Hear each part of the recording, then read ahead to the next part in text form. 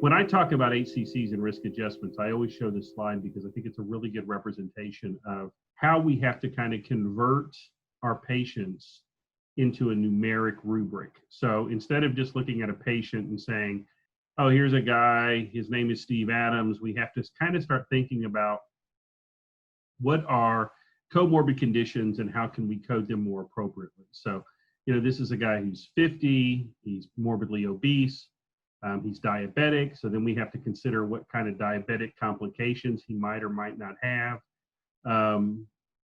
He might be hypertensive if he's diabetic, he might have peripheral vascular disease, probably doesn't have COPD, but as you look at a patient, in the past, we've just thought, okay, well, this is going to be a 99214. He's going to have 3 chronic conditions, and we're going to get our $105, and that's the way things are going to work.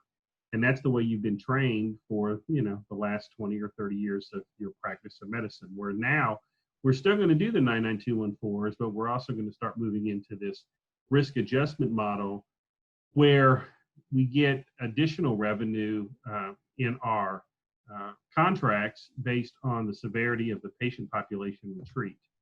So in essence, all a risk adjustment model is just a simple model that allows insurance an opportunity to forecast future expenditures.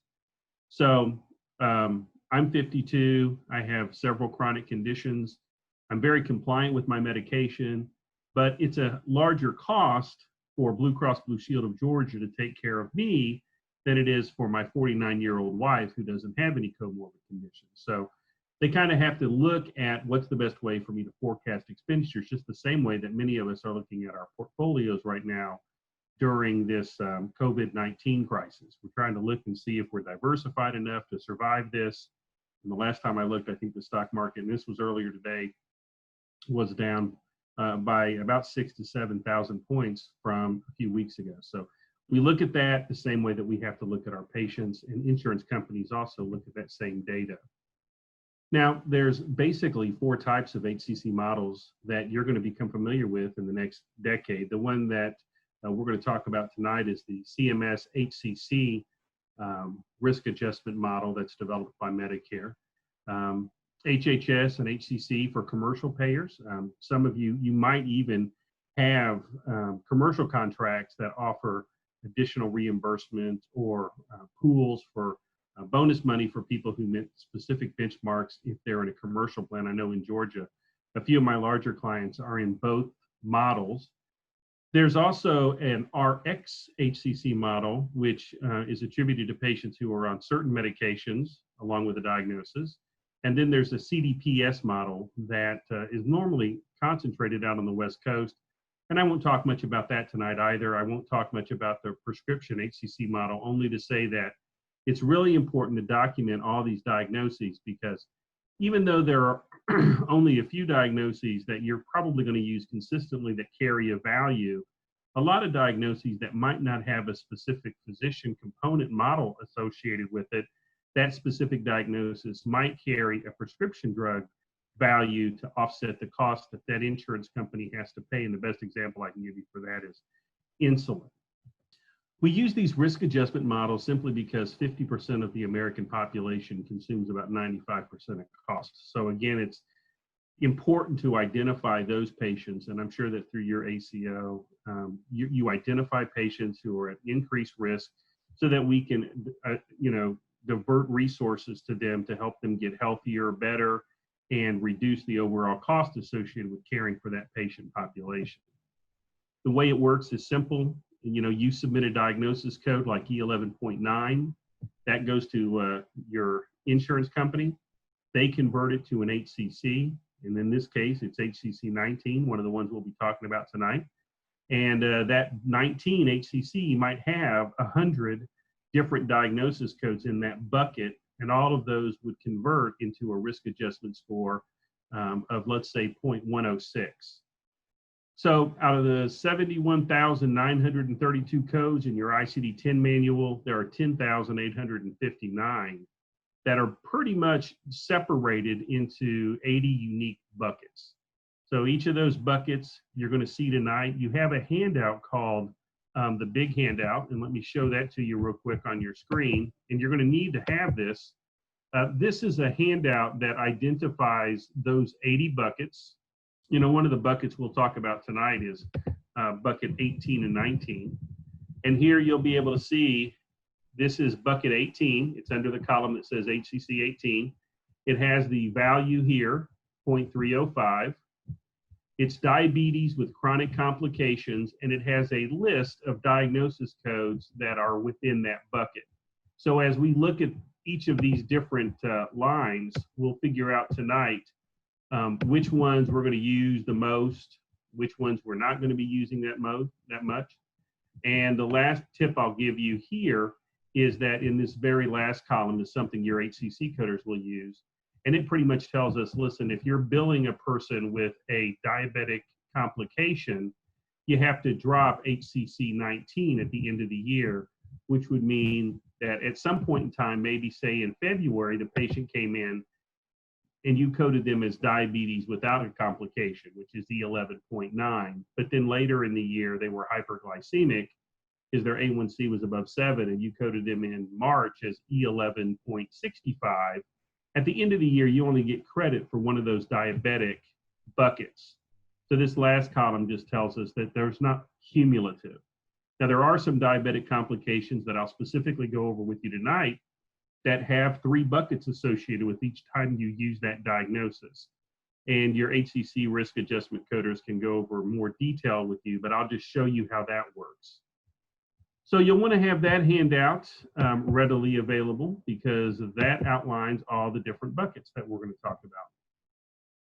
Now, when I met with you guys last year, I talked to you about the most common big 7 ICD-10 codes that we deal with, the 7 diseases. So tonight, you know, I'll spend a minute going over hypertensive heart disease, hypertensive chronic kidney disease, hypertensive heart disease with chronic kidney disease, heart failure. We'll look at some specific diabetes, morbid obesity, N18.1 through 6, you know, hypertensive chronic kidney disease, diabetic chronic kidney disease, depression, bipolar, schizophrenia, and COPD. And believe it or not, you know, we've only added a couple new ones. One of the big pushes that I'm hearing from your coding staff is that we're going to be rolling out vascular coding next year, as well as trying to make sure that we pick up more morbid obesity. So you're going to see that in just a little bit, but this is on another handout that you have in front of you. And that other handout that has the big 7 on it is this black and white. So on this one, we get an opportunity to kind of take a look. I'm not going to spend as much time on this one tonight, but you'll see morbid obesity, the 3 different types of hypertensive services that you can provide. That's probably the most tricky to code in ICD-10 is hypertensive heart disease, chronic kidney disease, and hypertensive chronic kidney disease with heart disease. But all the codes that we'll talk about are on here: kidney disease, dialysis status, some fairly common diabetic complications that we'll go over tonight, nephropathy, neuropathy, angiography. We'll even talk a little bit about foot ulcers, and we'll talk about macular edema. We'll talk about COPD, and you know, that's a big one. Psychiatry for your depressions, your bipolars. So everything that you have in front of you is going to help you navigate the topics that I discussed tonight. The reason that we're doing this talk is because the average Southern patient, which would include Tennessee, Georgia, Alabama, et cetera, Mississippi, averages about 0.4 because of the way doctors code. So, you know, the most common diagnosis in America is hypertension, and that's I-10, and that diagnosis code by itself is only worth 0. It's not worth anything. If you code everybody as diabetic without complication, which you guys are going to see that you still do that a lot, that's only a 0.106. And then hyperlipidemia has a 0 score. And the only reason that a lot of these Medicare patients even hit the 0.4 range is because of their age. So it's really important as we move forward to focus in on the goal, which is to try to get some of our patients in the 1 to 2.0 range. Now, the financial impact, we look at the total at the end of the year, and then from that, we multiply it by a conversion factor. So, you know, if you had a patient who was 0.4, that patient would be multiplied by $9,000, and the overall value for that patient for a course of a year would be about $3,600. If it takes us more than $3,600 to treat that patient for a given year, then we lose. If we can do it for under $3,600, we win because we achieved our minimal savings rate. So it's important to understand, again, that you're doing all this, maybe not so much for reimbursements that you're going to get now, but for the reimbursement that you're going to get if you're eligible for a bonus. And here's the example that I like to use. This is an ACO that I worked with after they lost their first money from the federal government. But if we go slowly through this, you can kind of get an idea of what your coding folks do. In 2017, this group achieved a savings of $9 million, but that was not enough to meet the minimal savings rate by $36 per patient, and they didn't get their bonus checks from CMS. And it talks about how the single biggest factor in missing the minimal savings rate was the risk adjustment factor had decreased for the first time in the name of the company's history by 2.2%. Now, had they had the same risk adjustment factor before they went risk, they would have achieved a $22 million savings, and that would have allocated them specific money because they would have met their minimal savings rate. The doctors in that ACO would have gotten their money, their bonus money. So if we had suffered a decrease of risk adjustment only of 2.18% by just accurately coding comorbidities, they would have been eligible for that money.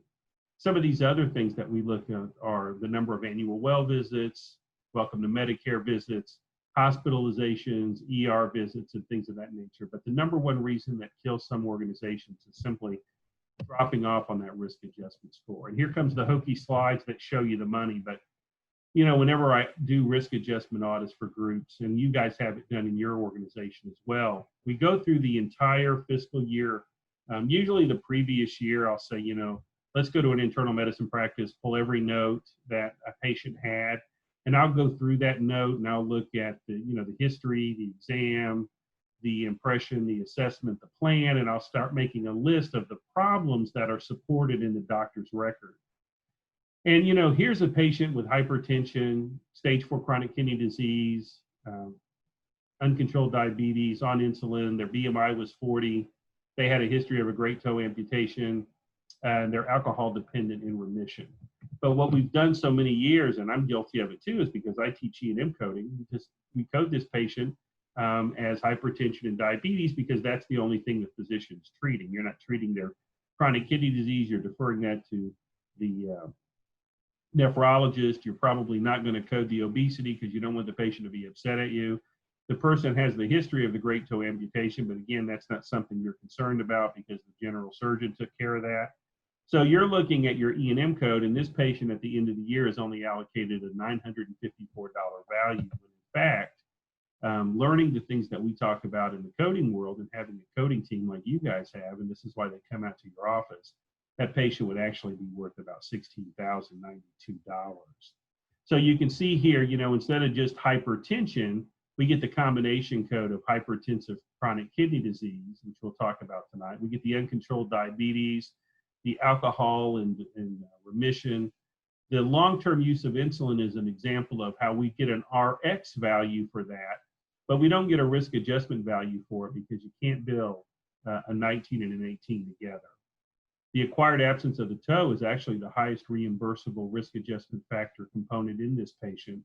And then coding, and this rule has changed, because now you have to code not just the Z68.41, but you have to actually code the E6601 for the morbid obesity. This is essentially like an add-on code.